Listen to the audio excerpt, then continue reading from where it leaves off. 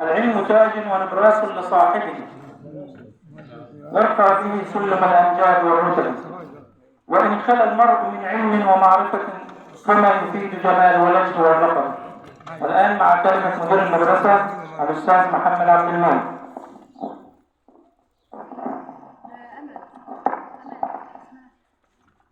بسم الله الرحمن الرحيم، والصلاة والسلام على المبعوث رحمة للعالمين سيدنا محمد وعلى آله وأصحابه وذريته أجمعين.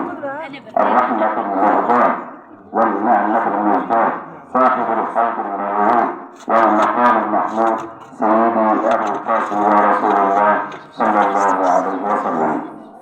أهلا وسهلا بالحضور الكريم كلا باسمه، كما نشرف بحضور أستاذنا الأستاذ مدحت عمير حسين مدير التعليم بوزارة الفتح ورئيس القطاع، كما نتوجه بالشكر إلى الأستاذ حسام محفوظ لجنة المتابعات، ونشكر الحضور الكريم كلا باسمه.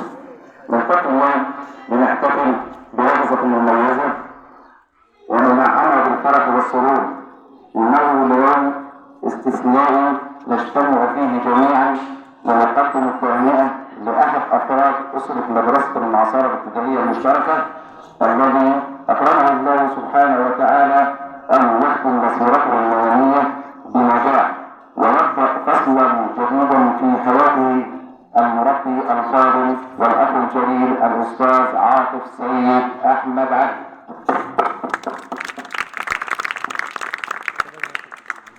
هذا الحق الذي يهمنا جميعا نود أن نعبر عن شكرنا وتقديرنا لشخصه الكريم، قدم كل ما في وسعه خلال فترة عمله المليئة بالإنجازات، وقد قدم جهودا كثيرة وكفانا الله العبد ولا يحصى لتحقيق أهداف المدرسة ورسم مسار منهم للزملاء والطلاب. ومن خلال عمله المتميز لم يكن فقط في تحقيق الأهداف والارتقاء بالمدرسة، بل في بناء جسور التواصل والاحترام وترك بصمة إيجابية في قلوب الجميع. إنها قدوة لنا جميعا في الالتزام والانضباط. اليوم نحتفل بإنجازاته العظيمة ونوفيه بود وفرح، ولكن دعونا نعلم جميعا أنك ستبقى في قلوبنا وذكرياتنا إلى الأبد.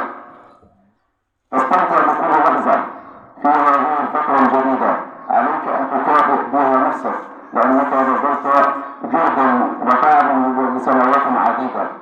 عليك أن تستمتع بكل ما هو جميل في حياتك، وعليك أن تسعى إلى طريق النجاح بعدما سعيت إلى طريق العمل. وعليك أن تقضي الفترة القادمة في سعادة بعد عطاء دام لسنوات طويلة.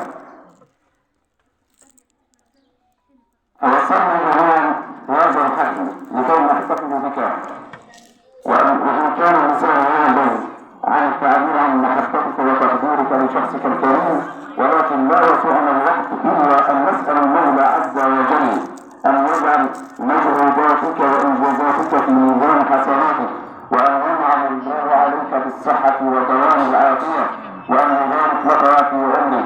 وأن نسأله سبحانه وتعالى دوام الصحة والعافية وحياة سعيدة مليئة بالسرور.